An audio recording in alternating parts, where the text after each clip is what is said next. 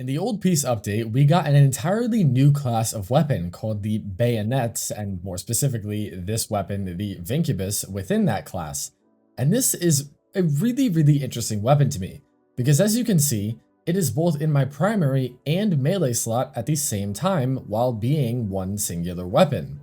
And that is kind of the draw or the allure of this weapon class. The bayonets are both primaries and melees at the same time. And there are certain things that carry over from one weapon's modding screen to the other. So when DE announced this, I was pretty excited to use it. It's pretty novel, and normally when they do stuff like this, it always turns out to be pretty cool. But the thing is that in the past, we have had things like the ghoul saw, which released and were pretty bad and then never got any attention at all. Mainly because the stance for them was just terrible, less so because the weapon had bad stats itself. But the Vinquibus, I can say that after using it for a couple of hours, is a very good weapon. Now, is it going to just absolutely nuke tiles the second you look at them? No, not really, but if you just want to play with something different, then you are going to really enjoy this one.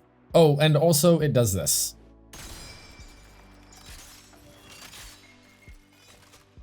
Isn't that just the most satisfying thing that you have ever heard? Yeah, they put the M1 Garen ping in Warframe. Like, it's actually crazy. I am actually going to hop off Uriel for a second though to test the gun so that his companions don't mess with everything while we were trying to shoot them. In the primary fire mode, it sort of works like the Kuvachakor, where it is a very slow shooting but high damage single shot weapon. And when you actually throw some mods on here and use the right setup, this primary fire is quite strong. I am quite a fan of using it with the blast status because when you get those chunky one taps and then you trigger the blast, you just kill everything around them. But its melee counterpart is also, very good. I actually still have mods on it because I forgot that they are two separate configs that I have to go mess with. So let me take those off real quick. All right, anyways. One of the main things about this stance that I actually enjoy is that, as you see with these attacks here, they are very wide and sweeping angles. So you're going to be hitting a lot of enemies, like these two right here. I hit both of them with a single swing, which is very nice because when you come up against a big crowd, being able to just whack all of them at once is going to make your damage a lot higher than if it was like purely stab type things, which is a problem a couple other melee suffer from. They just don't have wide enough hitboxes on their animations. But the Vinquibus does. So here is the normal neutral E. Here is the forward E. This one is a lot more centered. So you are going to have to try to weave in some normal E's with the forwards. Here is the block. I'm pretty sure it is just the exact same as the forward. And then the forward block is also looking to be the exact same.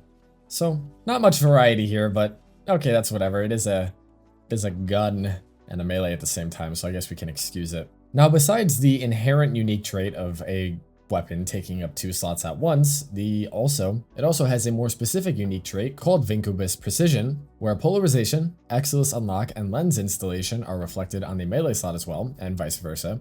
So all of these slots are actually polarized the exact same between the two. And more importantly, headshots grant you 250% more melee damage for the next 2 melee attacks, stacking up to 16 times. And if we go over to the melee kills give you 100% rifle ammo efficiency for your next 4 shots, stacking up to 16 times, which means you would have a total of 68 shots, if I'm not mistaken. Yeah, that's 40 and then 40. 64. There we go. Messed up on my math a little bit. Now, I want you to pay attention to the center and those 2 sort of barred gauges on the side. Let me just get some kills with my melee real quick. All right, everything just died, so you see that my right side of the gauge charged up really quickly. And that means that I now have, if I swap over to my rifle, a bunch of technically free shots because I am, these have 100% ammo efficiency. Every time I get a kill with the primary fire, I add 2 swings to my melee that have significantly boosted base damage. So the kind of playstyle that I imagine DE is wanting you to use with this melee is one where you get a couple kills with whichever form you want. We have these super powerful swings, and then now we would use our primary form to finish off whatever enemies are around us. And then that carries back over to the melee, which we then use to buff up the primary form again. So it's a nice gameplay loop that just kind of happens if you like to swap between your primary and your melee.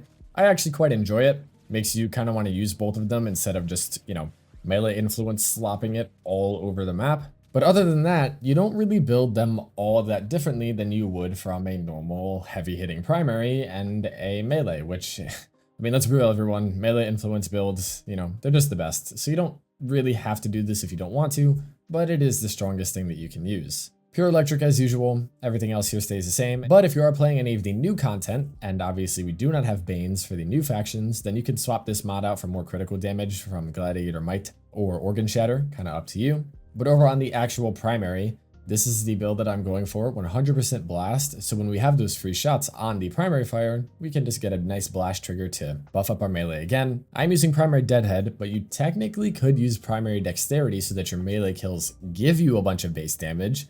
This is going to probably make it a little bit easier to start out in the mission, and also means that you don't need to worry about losing your deadhead stacks, but these do last for 24 seconds individually, and that is 72 seconds of having enough base damage to continue to build it up again. So it shouldn't be much of a problem. Hopping back on over to Uriel, he doesn't have any synergy specifically with it, but Uriel just being Uriel means that he's obviously going to be good for it. So that is the Vinquibus. It's interesting. Like, I'm not gonna lie. It's definitely going to be a fun weapon to play with, and I'm probably going to be using it during the old piece just because it's, like I said, it's fun. But nothing meta defining. Just a good weapon with a really cool niche. And honestly, sometimes that's all you need. Not everything needs to just nuke everything or be a beam weapon that abuses broken spaghetti code mechanics.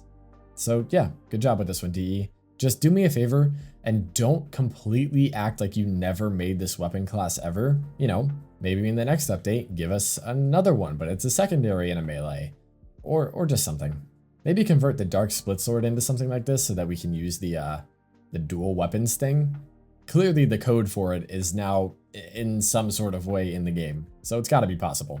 But what do I know? I'm not a game developer. Enjoy the gameplay, everyone, and I will see you soon for Wisp. Peace.